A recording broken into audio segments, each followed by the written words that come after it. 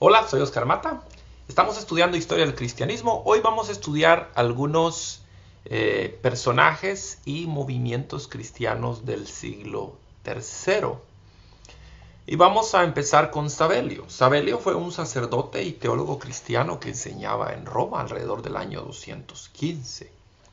Enseñó que Dios se manifestaba y operaba en tres modos distintos, por lo que fue Padre en el Antiguo Testamento, Hijo en la Encarnación y Espíritu Santo en el Pentecostés. A su doctrina y partidarios se lo llamó sabelianos o modalistas.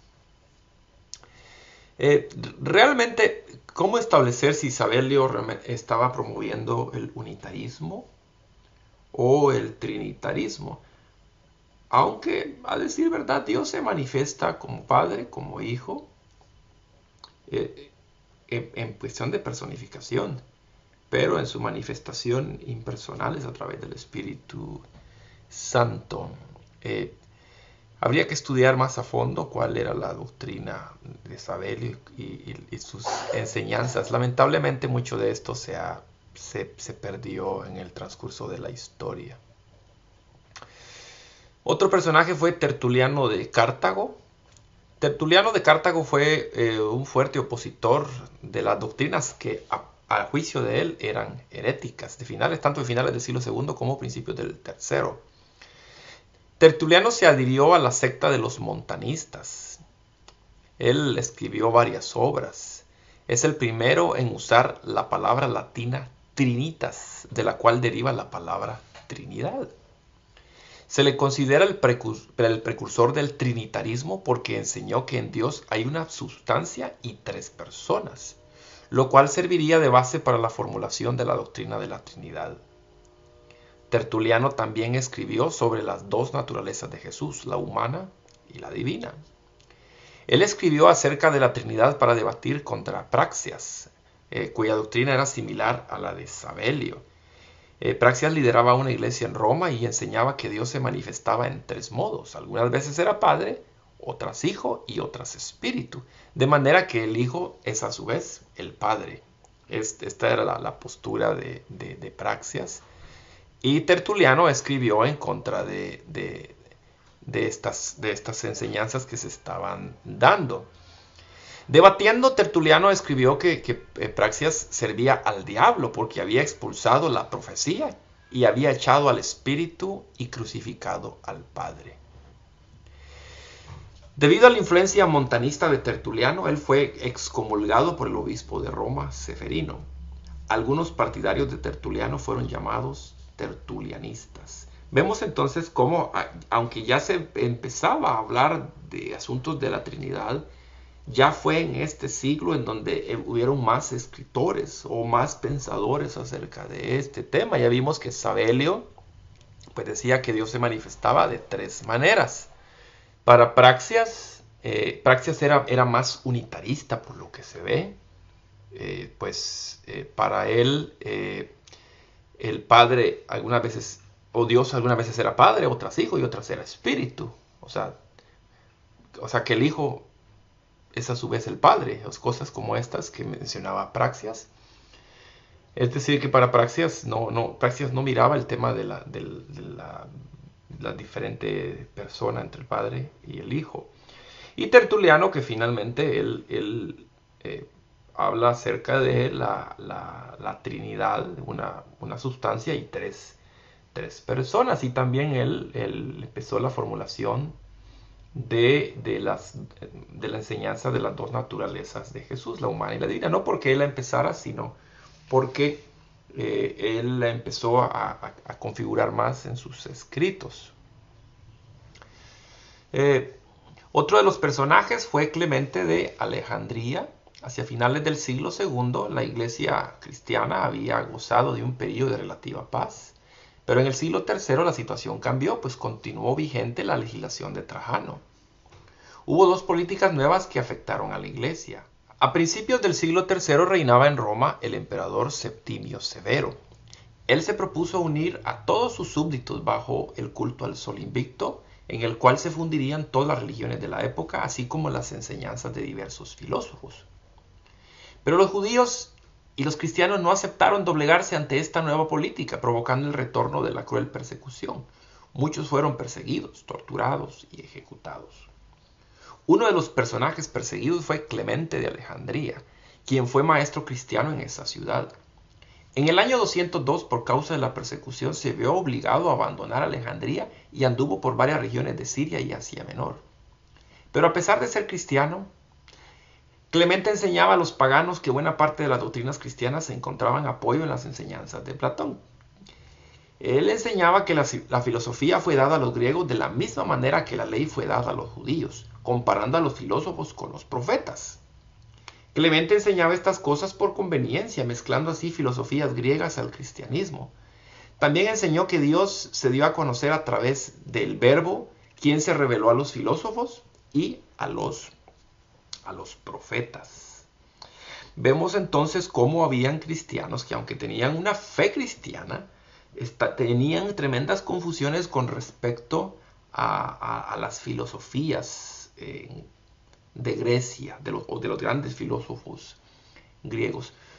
No se sorprende entonces por qué hasta el día de hoy muchas de las doctrinas que se siguen predicando dentro del cristianismo tienen sus raíces más en las filosofías griegas o en el paganismo antiguo que en la Biblia propiamente. Hay gente que se esmera en decir que la Biblia dice algo que realmente no lo dice, sino que su base está en las antiguas filosofías y paganismo. Otro de los notables personajes que sufrió esta persecución de la que hablamos fue Orígenes de Alejandría. Él fue discípulo de Clemente de Alejandría. Su teología siguió el mismo espíritu que su maestro Clemente, pues también relacionó la filosofía con el cristianismo, a lo cual los historiadores llaman neoplatismo. Dentro de sus enseñanzas se encuentra que él consideraba que el Espíritu Santo goza de la misma gloria del Padre y del Hijo. También enseñaba que el hombre y la mujer creados en el capítulo 1 de Génesis eran seres espirituales carentes de cuerpo, pero que en vista de que varios seres espirituales se apartaron del Creador, Dios produjo la segunda creación, la cual ya no fue espiritual sino material. Según él, los seres humanos existíamos antes de nacer en este mundo, pero pecamos en esa existencia anterior.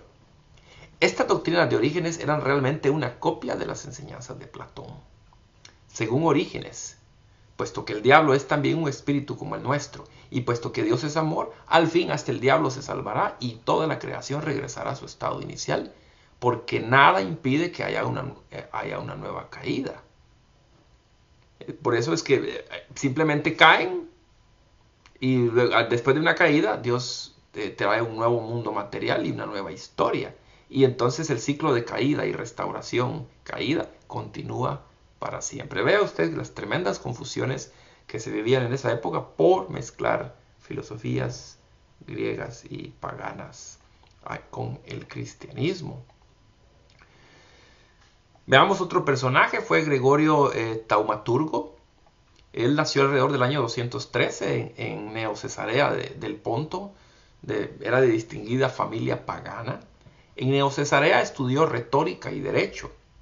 Se trasladó a Cesarea de Palestina y durante los 5 años que vivió ahí, del 233 al 238, estudió el curso que daba Orígenes. Vea usted cómo Clemente corrompe a varios, pero Orígenes se convierte también en un maestro después y Orígenes se vuelve maestro de Gregorio Taumaturgo. Y fue así como Gregorio se interesó por la filosofía. Esto lo llevó a convertirse al cristianismo, pero ya ese cristianismo con tremendas falencias bíblicas y con muchas cuestiones filosóficas y paganas. Años más tarde él fue consagrado como primer obispo de Neocesarea, siendo todavía muy joven. Debido a su actividad pastoral se dice que cuando murió pocos eran los paganos que quedaban en todo Ponto. El sobrenombre de Taumaturgo viene del griego tauma, milagro, y ergo, obra.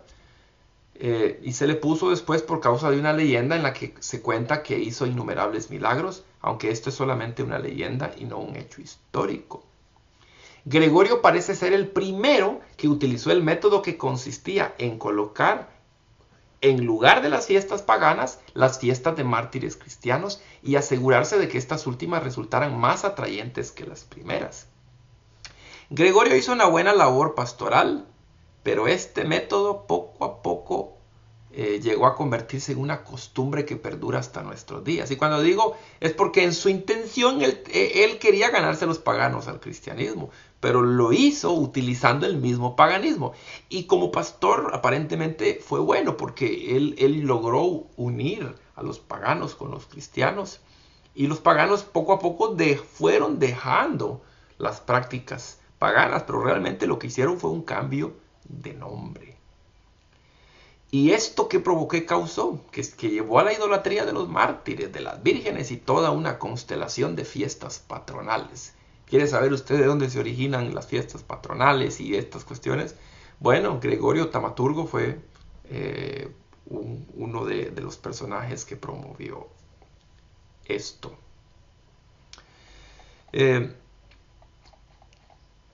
Otro de los personajes fue Pablo de Samosata. En el año 260 se convirtió en obispo de la iglesia de Antioquía. Durante su obispado entró en controversia con la doctrina de la iglesia de Roma. Su doctrina considera que en Dios no hay más que una persona. Cristo era solamente un hombre nacido por obra del Espíritu Santo, pero en él habitó el logos o sabiduría de Dios concebido, no a manera de una persona distinta, sino de un modo impersonal que obra como en los profetas, pero de un modo más eficaz que en ellos. Cristo es de aquí, según él, de aquí abajo, pero el verbo logos se apoderó de él. Esta unión de logos con Cristo no hace que Cristo sea Dios, ni da al verbo la personalidad que no tiene. Sin embargo, por virtud de esta unión, Jesús es elevado por encima de los profetas y de todos los hombres. Los obispos orientales llevaron a cabo varios sínodos para destituirlo de su obispado, pero fue hasta el año 268 cuando su doctrina fue condenada en definitiva. No obstante, Pablo se mantuvo en el obispado por 4 años más, hasta que el emperador Aureliano se apoderó de Antioquía, quien ordenó que el obispo de Antioquía el obispado de Antioquía debía recaer sobre aquel a quien el obispo de Roma y los obispos italianos enviaban cartas, por lo que Pablo tuvo que retirarse. Félix, el obispo romano, ya había decretado que nadie podía ser obispo si no estaba en comunión con la sede de Roma. A los partidarios de la doctrina de Pablo de Samosata se los llamó paulianos o samosatenses. Con esto podemos ver que fue el emperador Aureliano quien empezó a dar supremacía al obispo de Roma sobre otros obispos, y que Félix, considerado por la Iglesia católica como el 27º papa, estableció que todo obispo debía estar de acuerdo con el obispado romano. Vea entonces que Roma no tuvo la supremacía siempre.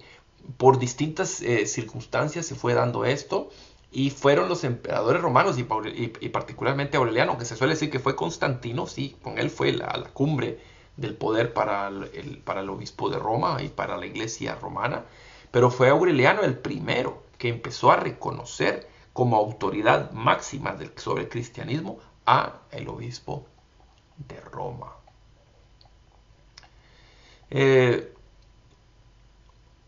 Otro obispo de Roma fue Dionisio, que estuvo del 259 al 268. Durante su obispado se suscitó un problema acerca de una postura que exageraba la doctrina de la Trinidad.